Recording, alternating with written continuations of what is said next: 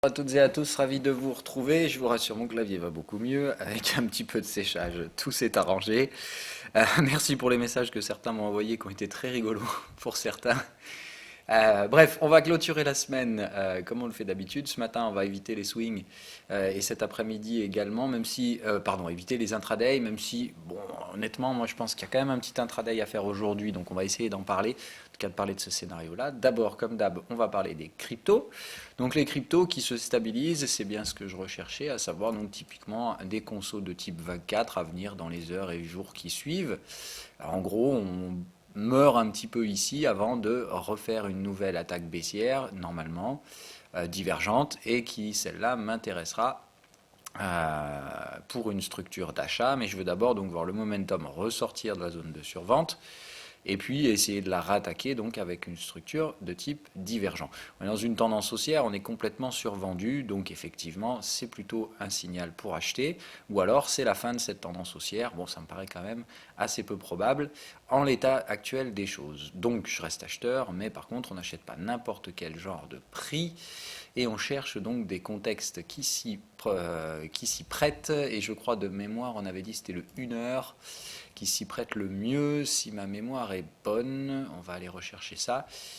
Ouais, non, le 1 heure est pas franchement fantastique pour ce qu'on recherche, même si bon, on voit bien ici la grosse attaque, un type vague 3, c'est ce qu'on veut voir. Je pense peut-être 2 heures sera peut-être mieux pour cadrer ce truc-là. Voilà, ça me semble mieux, hein. Donc je dirais que c'est vraiment en 2 heures là que se produit ce que je recherche, c'est-à-dire effectivement essayer de choper un signal 2 heures en débordement du contexte.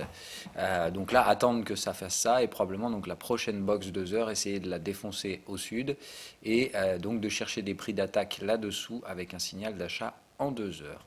Là, on voit bien effectivement le momentum qui se prépare pour aller créer la divergence, c'est bien ce que je recherche. Donc j'aimerais un petit peu plus de latéralisation que ça. Et puis donc une réattaque baissière. Normalement, en général, dans ces structures-là, il faut essayer de tergiverser un petit peu là, et surtout attendre en fait normalement que le 50% arrive a priori sur le niveau. C'est-à-dire normalement, il faudrait qu'on teste les 50% du canal, ou qu'on s'en rapproche un peu, et que ça relance sur cette zone-là pour une poussée divergente. Voilà ce que je recherche sur les cryptos. Toujours un peu de patience. Hier, j'ai donc posté une vidéo parce que je ne le savais pas, hein. Je dis, moi, je m'en fous complètement du fondamental. Mais évidemment, il y en a plein derrière qui m'ont dit, oui, mais Phil, il va y avoir un fork, et effectivement, et Pascal aussi me l'a dit. Et en fait, bon, le premier truc qu'on a fait, c'est derrière, on s'est dit, ok, d'accord, on va quand même regarder ce que c'est que cette histoire, est-ce que ça peut réellement impacter. Et je vous dis, après des maintes recherches, le premier truc sur lequel on est tombé, enfin, non pas, après des toutes petites recherches, premier truc sur lequel on tombe, très intéressant, très pragmatique, le mec qui explique effectivement ce qui va se produire, et bah, c'est plutôt un non-événement complet en ce qui concerne de la volatilité. Par contre, c'est une bonne chose, puisqu'effectivement, on est sur la scalabilité de la blockchain Ethereum, chose qu'on recherchait, hein. C'est-à-dire que vous savez, moi je suis mes scénarios, quoi qu'il arrive, je m'en bats les couilles de l'aspect fondamental, et ça vous le savez. Je l'ignore pas non plus, disons que je le prends en compte quand il fait du sens pour moi, et jusqu'ici, c'était pas le cas. Maintenant, il y en a beaucoup quand même, j'écoute quand même les critiques de certains, ceux qui ne sont pas d'accord avec moi. Ça ne veut pas dire que je vous ignore, ça veut juste dire que je m'en fous dans ma stratégie de trading, ça ne changera pas mon biais de trading. Par contre, j'ai quand même un avis personnel sur certaines choses, et effectivement, certains d'entre vous avaient soulevé des incompatibilités techniques de la blockchain Ethereum, et en tout cas la nécessité entre guillemets, de la modifier si elle veut survivre. Et ben, c'est plus ou moins de ce que j'ai cru comprendre, cette modification qui est en train d'arriver, et c'est très probablement un changement d'avenir assez majeur pour l'Ethereum, et probablement pour le meilleur. Donc oui, pour ma part, j'hésite pas à rester acheteur de ce truc-là. Pourquoi on a baissé dans ce cas-là sur la nouvelle? Et bien tout simplement parce qu'on est dans un range, et parce que les cons achetaient sous résistance, et que forcément, quand des cons achètent sous résistance, il y a des spéculateurs qui vendent pour acheter leurs pertes sur un support. C'est aussi simple que ça, sur ou sous le support, hein. S'il faut glisser juste ici pour aller choper les stops, les mecs qui ont acheté comme des teubés sous les résistances, et ben forcément on le fera, hein. C'est une histoire de liquidité, il faut être certain que voilà, quand vous avez trop de gens qui achètent avec levier sous une résistance, il y a des gens qui voient ça comme une opportunité, très clairement, hein, c'est des market makers qui voient ça et qui se disent, super, voilà, ça coûte quelques millions enfin, il faut sortir quelques millions pour faire décaler le marché avec tel niveau de risque pour trouver des prix d'achat meilleurs de temps.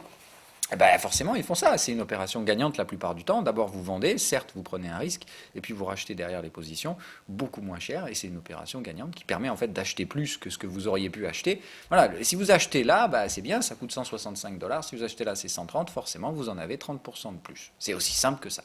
Voilà, le calcul est pour le même niveau d'investissement, vous aurez ici 30% de plus d'Ethereum, enfin 25% de plus d'Ethereum que si vous les avez achetés, que si vous les aviez achetés ici. Donc bah voilà, si pour l'histoire vous avez plein de conos qui achètent sous résistance, bah, je vous dis c'est très facile de lancer ce genre d'opération spéculative.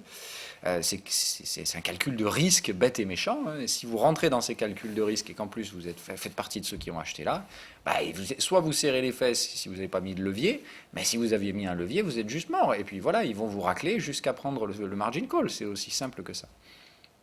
Bref, ce sont donc les mécaniques de prix que vous connaissez. Pour moi, ça ne m'inquiète pas, hein, on est donc toujours dans le range. Ce genre de mouvements-là brutaux, ça peut être effectivement très très très gênant quand ça casse un support. Voilà, mais là on casse que dalle, ça c'était pas la constitution d'un support, on était en train de marquer une résistance et effectivement essayer de tenir ce truc comme support. Mais non, ce qu'il fallait tenir comme support c'était déborder ici et essayer de tenir le support au-dessus. Voilà, la résistance est bien là et pour l'instant donc elle tient. Une résistance qui tient, ça veut pas dire que le marché est baissier, ça veut juste dire là on peut pas la passer, mais on la passera probablement sans grande peine la prochaine fois qu'on reviendra la chercher. Et je pense toujours que c'est ce qui a le plus de chances de se produire. Bref, avançons sur les autres marchés. Donc, clôture de la semaine, on va aller regarder direct, je pense, gold et silver en hebdomadaire, voir un peu ce que ça donne en tranche de clôture, voir ce qu'on peut prévoir sur la semaine prochaine.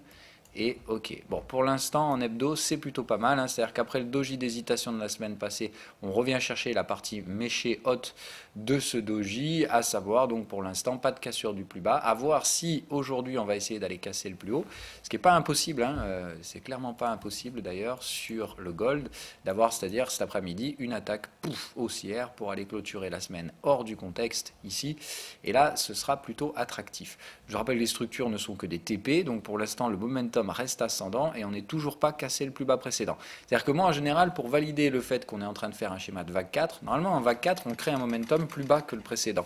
C'est-à-dire que, normalement, ici, on doit venir, hop, casser au moins ça. C'est-à-dire passer en momentum baissier un petit peu plus bas que ça et après, on fait la dernière poussée divergente. Donc, je pense qu'on va peut-être pas nécessairement casser aujourd'hui, continuer de tergiverser un peu, maintenir cette zone-là en tant que support, là, les 1285, et donc essayer probablement de pousser dès la semaine prochaine pour aller chercher un petit peu plus loin, au-dessus de cette zone de cassure, des 1300 dollars. Bon voilà, en gros l'objectif c'est ça, c'est de réussir à déborder les 1300. Moi j'ai pas l'impression qu'on va les tenir très longtemps.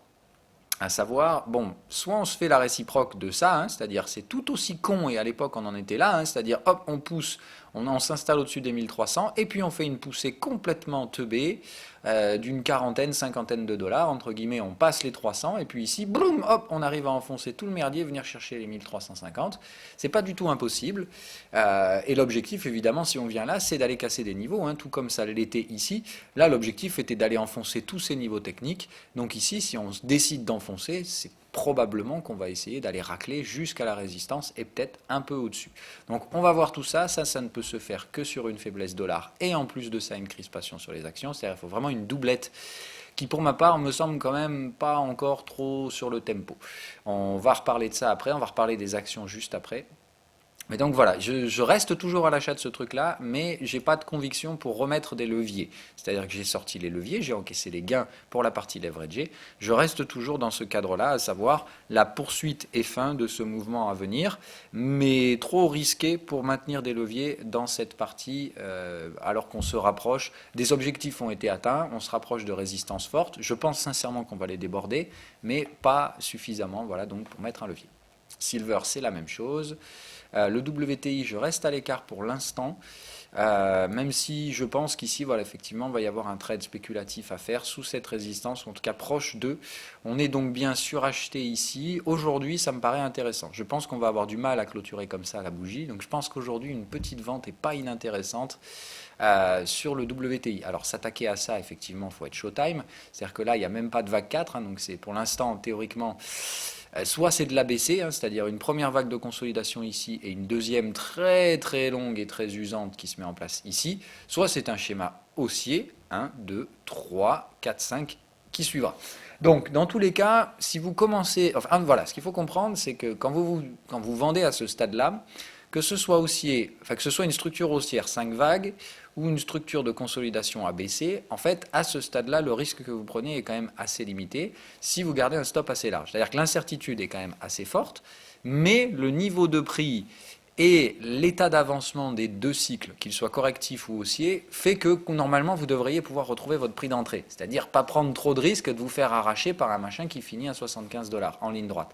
C'est possible, c'est-à-dire qu'il faudra quand même un stop loss, mais avec un stop large, je dirais qu'une stratégie vendeuse dans la zone n'est pas non plus inintéressante, puisqu'on a quand même une grosse zone de volume ici, et je pense qu'on va au moins soit faire une vague 4 là-dedans, je vous dis, et derrière nous attendra une vague 5 haussière, soit tout simplement terminer la vague C, échouer au franchissement de cette résistance, et derrière se replier. Le WTI, c'est pour moi assez compliqué à dire, parce que honnêtement, normalement, ici, ça, c'était pas nécessaire comme phase de baisse. Donc effectivement, tous ces prix-là, normalement, on n'est pas supposé les traiter, mais probablement, je vous dis, il faut essayer de faire une épaule, tête-épaule, tout ce qui est de plus académique, hein, c'est-à-dire venir ici, une grosse tête, alors là, c'était vraiment une grosse tête pour le coup, mais jeu de mots sans le vouloir en plus. Et bref, ici, donc peut-être tergiverser un petit coup et puis repartir donc normalement dans l'autre sens. Ce serait possible. Maintenant, voilà, je pense qu'ici, il y a quand même des petites ventes à faire sans trop de risques. Est-ce qu'ici, on a formé un bottom? Je pense clairement que oui. Est-ce qu'on a une tendance baissière sur le WTI? Probablement oui, mais pas tout de suite. C'était quand même le plan, hein, donc de revendre le WTI par là, d'essayer de l'acheter ici pour revenir retester le contexte. Et je pense que c'est ce qu'on fera quoi qu'il arrive. On est allé un peu loin ici, un peu violent. Je pense que l'objectif, c'est quand même de revenir tester les zones médianes. Et ensuite, si tendance baissière il y a, ça devra revendre par là. Mais voilà, pour moi, là, il y a quand même un retest de ce mouvement baissier qui est quand même un petit peu fortement catalysé à venir là-dedans, notamment parce que aussi j'attends des baisses sur le dollar, donc mécaniquement, s'il y a des baisses sur le dollar et un peu moins, on va dire, d'hésitation sur la croissance mondiale, parce que là, pour le principe, c'est on le sait qu'il y a un problème sur la croissance mondiale, mais la façon, c'est le marché doit le percevoir de manière brutale. Le marché est complètement con, donc il faut générer des émotions. Et là, c'est, allez, on enfonce tout, c'est crainte sur la croissance mondiale, baisse des indices, on y va très fort. D'ailleurs, on va parler des indices juste après. On va y aller direct parce que de toute façon, c'est lié. Donc le S&P 500, on va regarder la semaine en cours. Ok, donc une semaine bien haussière. Est-ce qu'on va la terminer comme ça? Possible. Si on la termine comme ça, dans ce cas-là, c'est début de semaine prochaine que je rechercherai des ventes en excès. Si on vend aujourd'hui, et c'est ce que je vais essayer de rechercher pour ma part,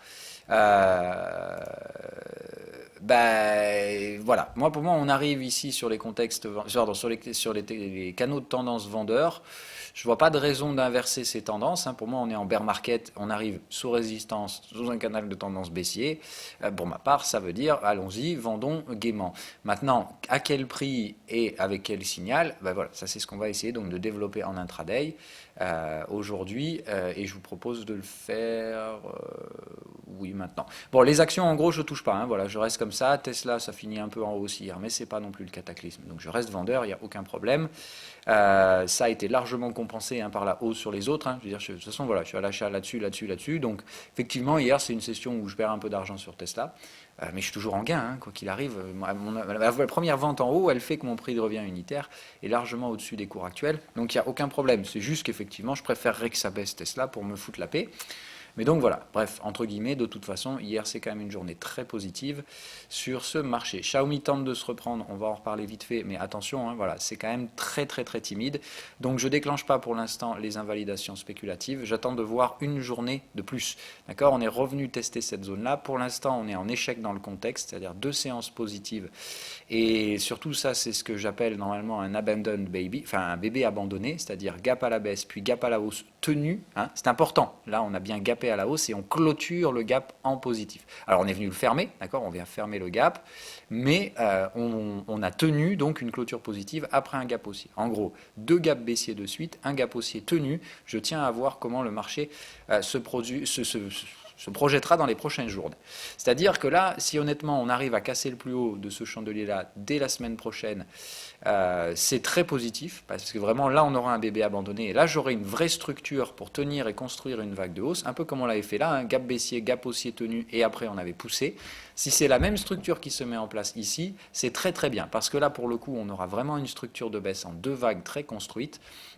Moi, je pensais qu'on les avait là, hein, ABC, et que c'était donc suffisant. Apparemment, ce n'est pas le cas. On fait donc un ABC, mais par contre avec une vague C bien plus courte que la vague A. Et si tel est le cas, ça, pour le coup, c'est une vraie structure de bottom à long terme, à savoir si ça échoue en l'état et qu'on revient chercher le précédent support et qu'on se réinstalle au-dessus. C'est-à-dire si on arrive à répéter les 12 $, alors les 11,30, et à se réinstaller au-dessus de ça dans les semaines et mois à venir, honnêtement, c'est très très positif pour Xiaomi.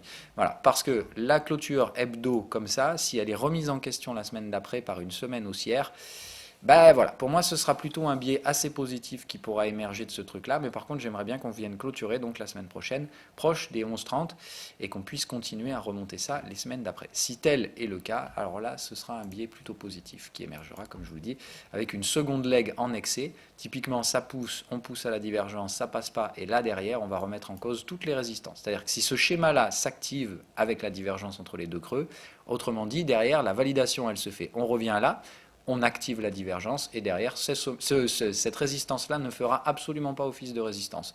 Je parle à moyen long terme, hein, là on parle de choses qui vont de toute façon prendre beaucoup de temps à se développer. Hein. On est sur une valeur très émergente, c'est-à-dire que pour l'instant on cherche donc une base de construction pour les prix.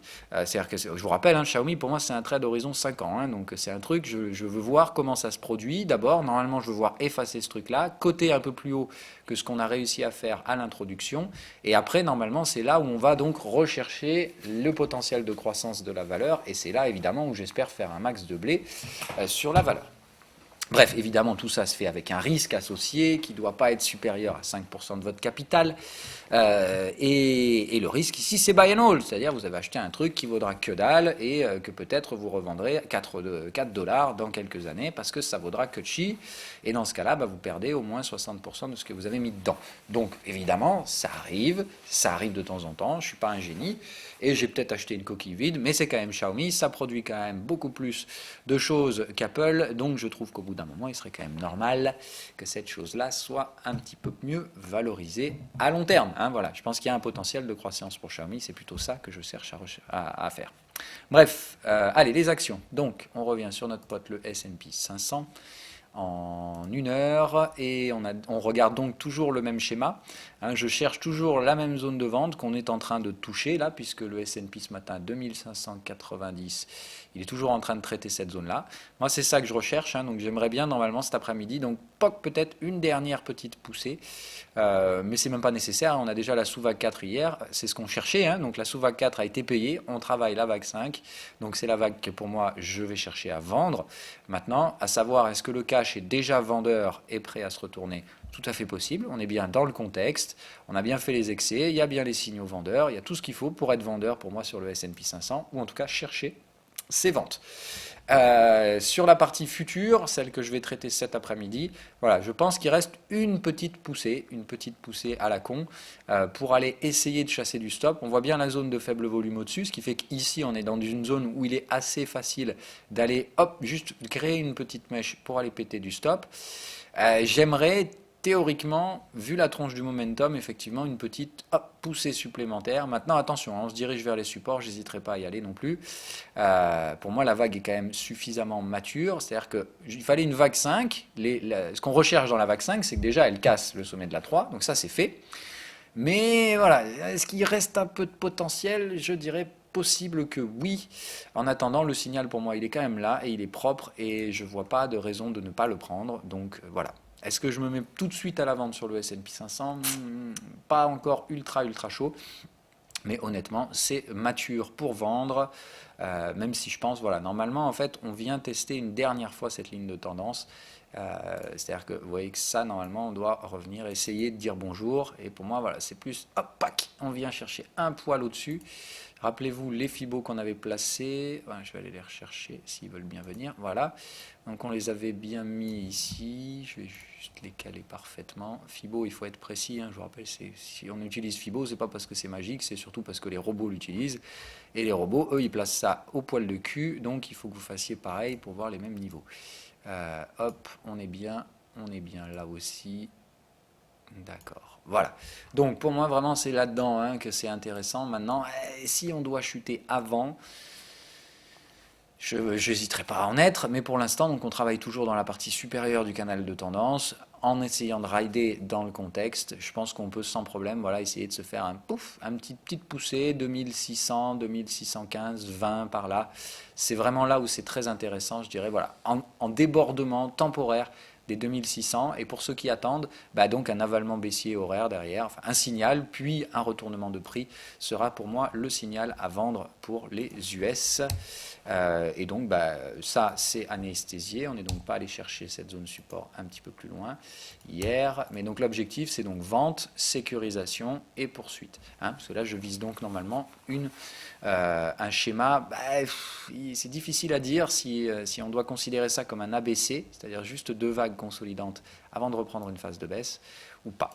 Alors, hier je vous ai envoyé un tweet volontairement très tard pour vous faire comprendre que je me couchais tard et que du coup les émissions d'aujourd'hui arriveraient tard, mais dans lequel je vous disais ce que je recherche actuellement dans les marchés, étant dans un range, je recherche avant tout une psychologie plus que des niveaux techniques. Parce que pour l'instant, les niveaux techniques sont très difficiles Enfin, ils ne sont pas difficiles, on les voit bien les niveaux techniques. Le problème, c'est que dans un range, le marché adore faire n'importe quoi, c'est-à-dire que quand tout le monde voit la résistance et que tout le monde la trade, ça devient une opportunité pour fucker quelques gens.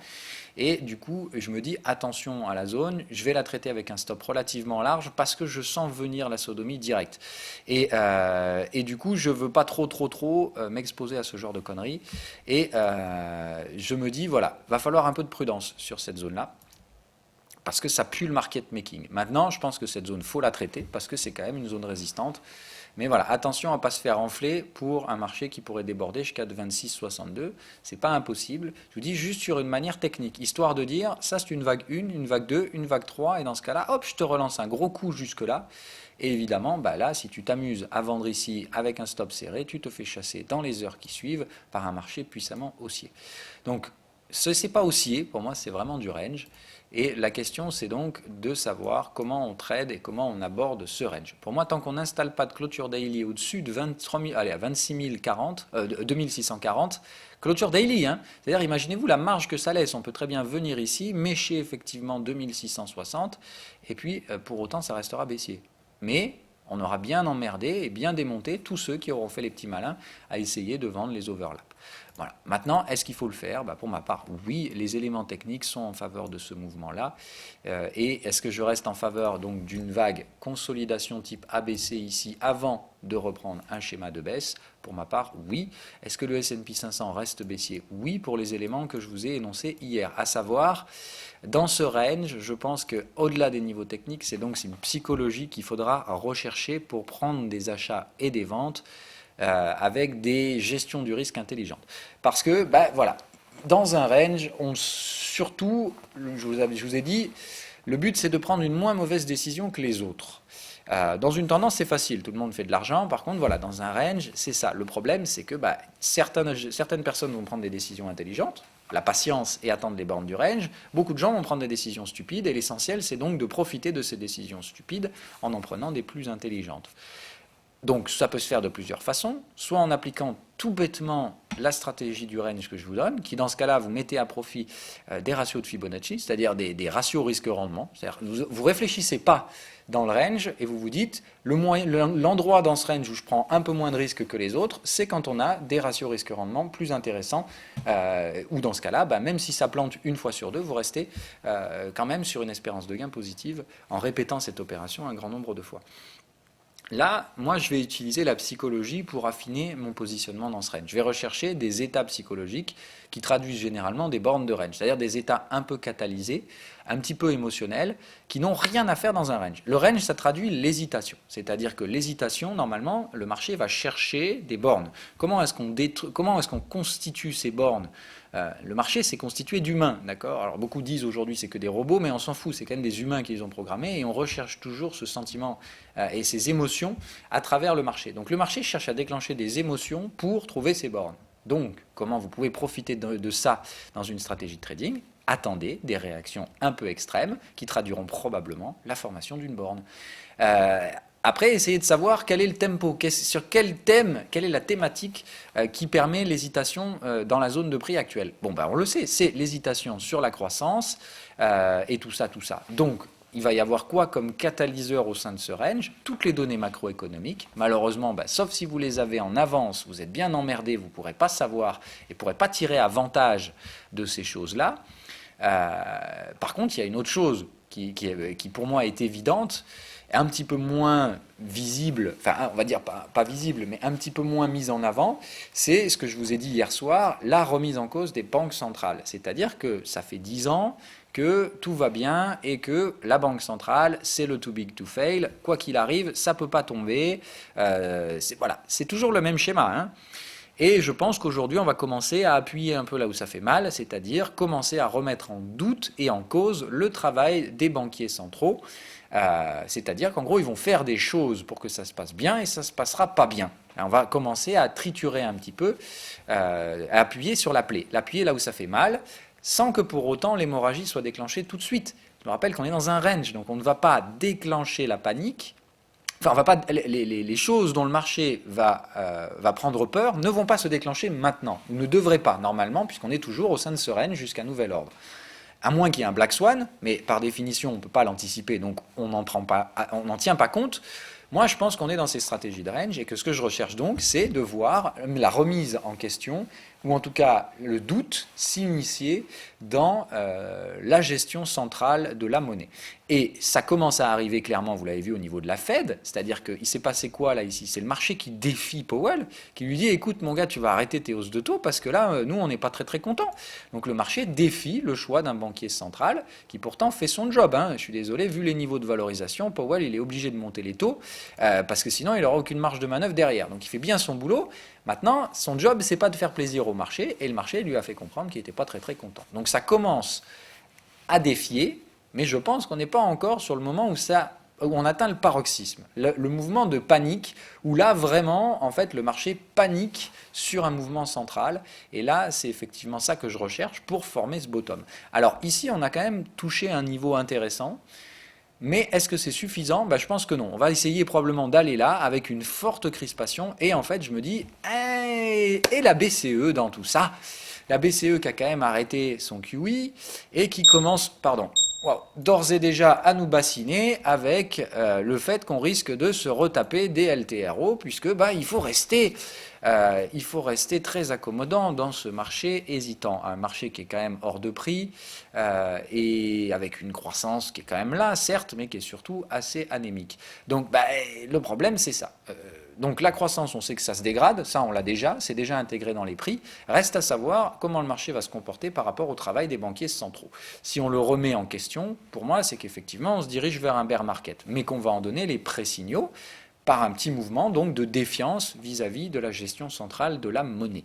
Si on ne fait pas ça, si en gros les banques centrales commencent à sortir un peu les dents et que ça se passe très bien, dans ce cas-là, il n'y aura pas probablement de bear market avant peut-être 2-3 ans de plus, ou Dieu sait quoi. Mais en tout cas, on ne sera dans ce cas-là pas dans le démarrage d'un cycle baissier.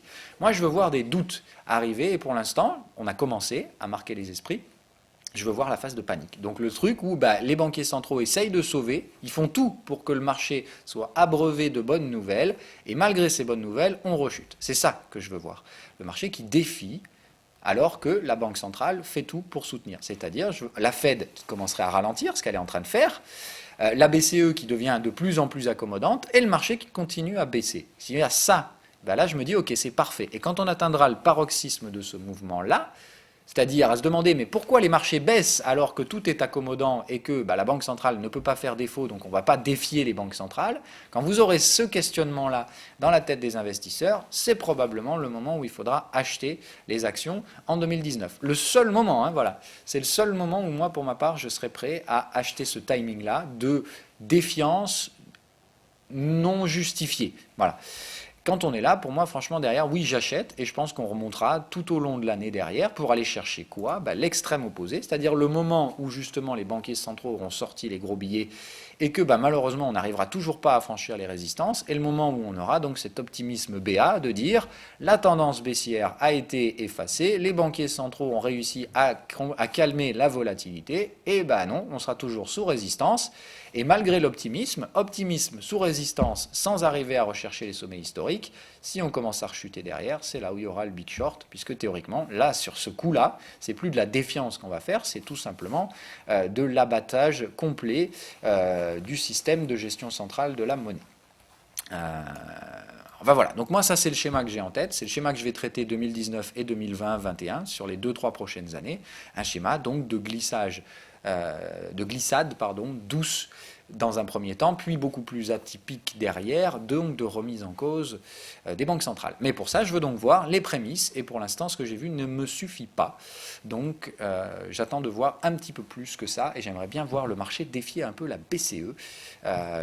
La Fed c'est fait, il reste donc la deuxième grosse banque centrale, soit BCE, soit BOJ, voilà. Mais je pense qu'on va défier le travail central d'une de ces deux banques dans les mois à venir, et c'est ce que j'aimerais voir si ça se produit. Donc si on devait rechuter ici, c'est vraiment la psychologie que je recherche pour racheter déjà les ventes que je vais essayer de prendre par là, si elles passent et si elles sont validées, et même prendre probablement des petits achats spéculatifs sur des supports du S&P 500, support qu'on peut même identifier dès maintenant, c'est-à-dire que vous voyez qu'on vient chercher cette zone de prix. Moi je pense effectivement ça on doit le casser et venir chercher donc la grosse zone support ici.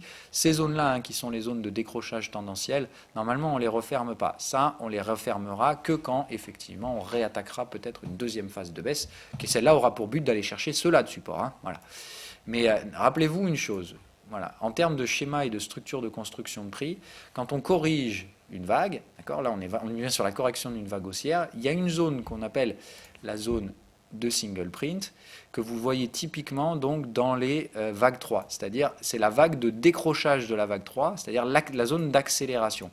Là où on crée des gaps, là où effectivement on fait des single print, des impressions uniques. C'est-à-dire on est passé ici, mais on n'est jamais repassé une deuxième fois sur ce prix. Alors que le marché a toujours tendance à traiter deux fois la zone de prix. Et là, vous voyez qu'il nous en reste une ici de single print, où on est passé, hop, impression unique, c'est-à-dire résistance, et le support s'est constitué au-dessus de la résistance précédente. Voilà, cette zone de prix là, vous savez que ça, c'est un truc qu'on va probablement revenir fermer. Donc moi je me dis, voilà, hop, on vient là, et dès qu'on a refermé ça, c'est par là, 23, 2300, par là, c'est là que se trouvent, à mon avis, les prix de support intéressants à payer sur une prochaine vague de crispation. Est-ce qu'on ira fermer la deuxième single print? Pour moi, non. Celle-là, elle sera probablement fermée que dans un second temps, dans une seconde vague baissière. Mais donc, pour l'instant, on est venu tester ça. On n'a pas refermé ce truc-là. Je pense qu'il reste une petite vague 5 à faire. Voilà. Donc, toujours ce schéma indiciel. Je pense qu'on arrive sur les zones où c'est intéressant, en termes de ratio risque-rendement, de traiter ces phases de crispation, et probablement pour ma part plus sur des schémas typiques de 8 heures, c'est-à-dire que c'est vraiment par là où je trouve qu'il est intéressant de voir la tendance, puisqu'ici on voit bien donc la vague 1, les vagues 2 qui reviennent à plat, tester deux fois les canaux de tendance, la grosse 3 qui démonte complet la valorisation, et là le pullback vague 4 sur les canaux de tendance, où normalement ici, pam, on a fait les deux vagues de hausse, on devrait retrouver des schémas donc de vente.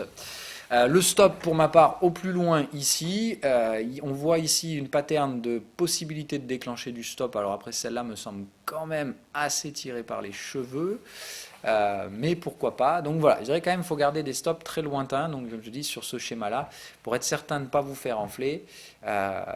L'objectif de gain, comme la 5 passe sous la 3, est quand même conséquent, puisque du coup il faudrait effacer l'intégralité du rebond, c'est-à-dire une nouvelle baisse de l'ordre de 10% à venir sur les marchés US. Donc par rapport à ça, subir un risque de 5-6% me semble possible, donc un ratio de 2 pour 1, voilà, avec un stop donc à placer pour moi, pour ma part, au-dessus du contexte. Voilà, c'est-à-dire je dirais il faut toujours garder un stop pour l'oscillant au-dessus du contexte. Donc ça fait des ratios pas très intéressants, donc il n'est pas question de mettre des leviers forts sur ces phases-là, parce qu'elles sont très incertaines, et je pense qu'il vaut mieux privilégier ici un gain plus facile à réaliser, c'est-à-dire un stop beaucoup plus large, et un peu de patience sur le schéma. Quitte à renforcer derrière dans des phases de crispation baissière, mais sur la zone spéculative, si vous prenez ces trades avec moi ou comme moi, prenez-les vraiment avec des leviers extrêmement faibles, parce que ça traduit réellement l'hésitation. Et si ça, c'est déjà un range formé, c'est-à-dire si on a déjà trouvé la défiance de Banque Centrale ici et que ça reste un support et le bas de notre range, ah bah, dans ce cas-là, on est pile poil en train de traiter la zone neuneu. D'accord? C'est pour ça qu'il faut garder des stops larges. Parce que là, malheureusement, oui, la zone neuneu du range, dans ce cas-là, elle est là. Et on serait en plein dedans, en plein en train de traiter des prix complètement merdiques. Et si c'est le cas, bah évidemment, je ne veux pas faire partie des cons. Par contre, quand vous traitez dans la dumb zone, normalement, le prix va balayer 15 fois autour de votre zone, ce qui fait que normalement, vous avez plein d'opportunités de sortir sans perte ou avec des maigres gains. Donc, pour moi, le risque reste que limité. Mais est-ce que j'aurais fait une bonne opération si je me positionne dans un milieu de range déjà formé? Clairement, non. Voilà, donc faut pas prendre le risque. Ceux qui vont se faire démonter, par contre, sont ceux qui traderont dans la dumb zone avec des stops trop proches. Parce que là, vous êtes sûr de vous faire péter la tronche. Donc stop large, parce que beaucoup d'incertitudes. Et à partir de là, je suis plutôt d'accord pour donc des stratégies de reprise vendeuse dans les marchés actions. Même si pour moi, donc, ça me semble trop proche. On est encore en janvier. Rappelez-vous ce que je vous ai dit. Pour moi, les big shorts, c'est avril, mai, juin. Voilà, c'est plutôt le milieu d'année, le sell in May go, oui, avec peut-être un petit peu de retard, et peut-être donc plutôt pendant la période estivale, ou tout simplement attendre la saisonnalité baissière de fin d'année, octobre, c'est tout à fait possible ces trucs-là. Puisque je vous dis, ça dépend de plusieurs choses. L'état psychologique du marché, le moment où on va aller chercher des bornes extrêmes de tension émotionnelle, ou des bornes de prix. Et donc dans ce cas-là, bah, si c'est borne de prix, c'est pas ici que c'est intéressant de vendre, c'est plutôt par là. Hein. Et dans ce cas-là, il faudrait attendre ça, une bonne vieille stratégie de range. Hein. Donc ici, on traiterait en débordement du contexte à la vente là. Donc, comme c'est ça qu'il faut faire et qu'il faut choisir, il faut bien faire quelque chose. Voilà. Soit on ne traite pas ces marchés, entre guillemets, soit on essaie de jouer la poursuite baissière pour une petite extension sous ce bottom-là. Dans ce cas-là, ça se fera par là. Par contre, si ça échoue et qu'on vient chercher ces zones-là, je pense qu'il faut accepter de sortir pour revendre ici avec des prix beaucoup plus attractifs dans un cadre de range, c'est-à-dire vendre là avec un stop sur le sommet historique, et derrière, on se laisse porter bête et méchamment par le range. Voilà. Allez, AUD-NZD pour finir, puisque je viens de voir la petite alerte. Donc ça consolide toujours, c'est pas intéressant pour ma part. Je mets des alertes sur tous les signaux horaires. Hein. Donc pour moi, le schéma actuel dans sa forme me laisse à penser que pas encore. Hein, c'est-à-dire ça me semble pas suffisant. Est-ce qu'on a eu un signal? Oui. Bon, ça m'emmerde, mais j'aimerais qu'on aille plus bas que ça.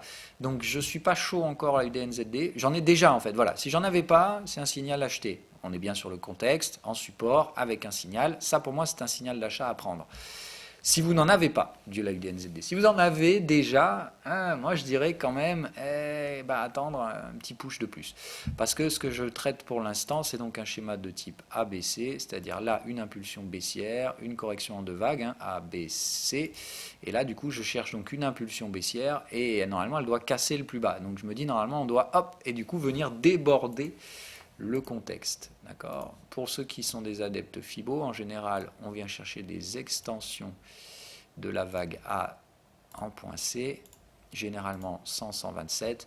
Vous voyez, ça nous ramènerait ici, débordement du contexte, tentative de chasse au stop par là, et effectivement, je pense une zone 100-127 par là à acheter. Sur les clusters, là, le premier cluster de volume, donc soit vers 1,051, soit carrément le volume majeur, le POC, ou le 1,05 tout pile, me semble donc très attractif, et derrière, on dit au revoir. Hein. On a déjà bien polarisé les ranges. C'est pas en une heure qu'on le voit, moi c'est en une heure que je recherche les signaux, mais on va voir en 2 heures, parce que finalement je pense que c'est plutôt là. Voilà. Moi j'aimerais bien donc un marché qui vient ici en 2 heures, POC, venir rechercher le contexte, voire glisser en dessous, donc pile poil cette zone 100-127 à payer, me semble être le schéma. Hein. Donc là, la fin de la tendance, la phase épidermique débile de ce début d'année, et là donc la première impulsion, 1, 2, 3, 4, 5, la consolidation A, B, C, le retouche du contexte, acheteur, ça prend la main à l'achat ici, et derrière donc une belle vague 3 à venir, avec donc des cassures de résistance et des trades en breakout. Voilà donc ce que je recherche sur la UD-NZD. Donc pour l'instant, pas encore super chaud, dans le sens où je pense malheureusement que ça nécessite déjà d'une de tenir les clôtures, c'est-à-dire que là en 2 heures, voilà. Donc en fait, AUD-NZD, je vais aller supprimer mes alertes en 1 heure, parce qu'elles me semblent stupides. et je vais aller les placer en 2 heures. Donc voilà, ce que j'aimerais, c'est donc un signal en 2 heures. Là, ça, c'est actuellement, il y a un signal, mais il n'est pas validé par la clôture, et je pense que ça risque de retomber d'ici là. De toute façon, le signal ici n'est pas à traiter, d'accord. Ou alors il faudra faire un triangle, c'est-à-dire dans ce cas-là, A, B, C, D, E, et derrière on casse à la hausse. Ça, c'est possible également. Si c'est ça que le marché choisit de faire, très bien, aucun problème, ça me va, mais dans ce cas-là, la structure de range n'est pas mature, et j'achèterai dans ce cas-là la cassure du triangle. Pour l'instant, donc, je spécule dans un range. Le schéma que je vois actuellement, ce schéma ABC classique de vague 2, qui retrace généralement donc 61 à 76,4 de la vague 1, c'est-à-dire par là. Voilà. Sur ce, je vous souhaite donc à toutes et à tous un agréable week-end. Je ne prends pas de trade over week, sauf le S&P 500. Si j'arrive donc à l'attraper aujourd'hui dans sa zone de vente, c'est le seul truc que je ferai over week. Sinon, évidemment, bon, je tiens toujours les scénarios sur le dollar et sur les actions. Hein, voilà, ça c'est les scénarios moyen long terme, hein, donc du swing. Mais pour la partie donc intraday et plus court terme, le seul trade que je suis prêt à conserver donc sera le S&P 500. J'attends toujours que mon pote le DAX aille me chercher le TP, c'est-à-dire, de toute façon j'ai remonté mes stops, hein, à ce stade-là, si ça chute, je sors de là, mais je pense qu'on reste toujours dans la recherche donc, de ce schéma niveau Fibonacci. Voilà, en fait, à quoi ça ressemble en daily, hein. Pour moi, la séance d'hier en daily sur les futurs, très très intéressante. La clôture en haut, ça rechute un peu ce matin, mais je pense que c'est pour se préparer à aller chercher donc le niveau Fibo où se trouvent mes limites. C'est-à-dire qu'ici, moi, sur le DAX, je revends mon achat pris tout en bas, hein, pour un joli gain quand même de près de 500 pips, de plus de 600 pips, de plus de 500 pips du coup. Par là, donc dans cette zone où je pense qu'il sera très intéressant déjà d'encaisser, voire de chercher des ventes, mais je favoriserai plutôt les ventes sur l'indiciel américain, cette fois plus que sur le DAX. La vente qui peut se faire également sur le Dow Jones, hein, c'est la même chose, c'est-à-dire que ceux qui veulent un peu plus de punch, moi je prendrais le S&P 500, parce que je trouve qu'il est moins chiant que le Dow Jones. Ceux qui veulent prendre un peu plus de risques, mais évidemment au bénéfice probablement de gains légèrement supérieurs aux miens, le Dow Jones sera un très bon vecteur également pour jouer les mêmes types de ventes, hein, sur les mêmes zones graphiques, c'est-à-dire des signaux horaires sur la partie cash, donc un peu plus haut, on déborde ça, on sort du contexte, ici ça plafonne, signal vendeur, et boum, voilà. Là vous voyez ce dont on parlait tout à l'heure, la vague 4 typique, on vient casser le plus bas, on va pousser à la divergence, on va très probablement trouver donc un signal vendeur ici, et bam, derrière, il y a tout ce qu'il faut pour shorter ce merdier. Voilà. Allez, bye bye, bon week-end, soyez sages et évidemment respectez ce qu'on vient de dire, à savoir, il y a toujours cette probabilité, donc pensez bien à la taille de vos positions, elles doivent rester très très négligeables.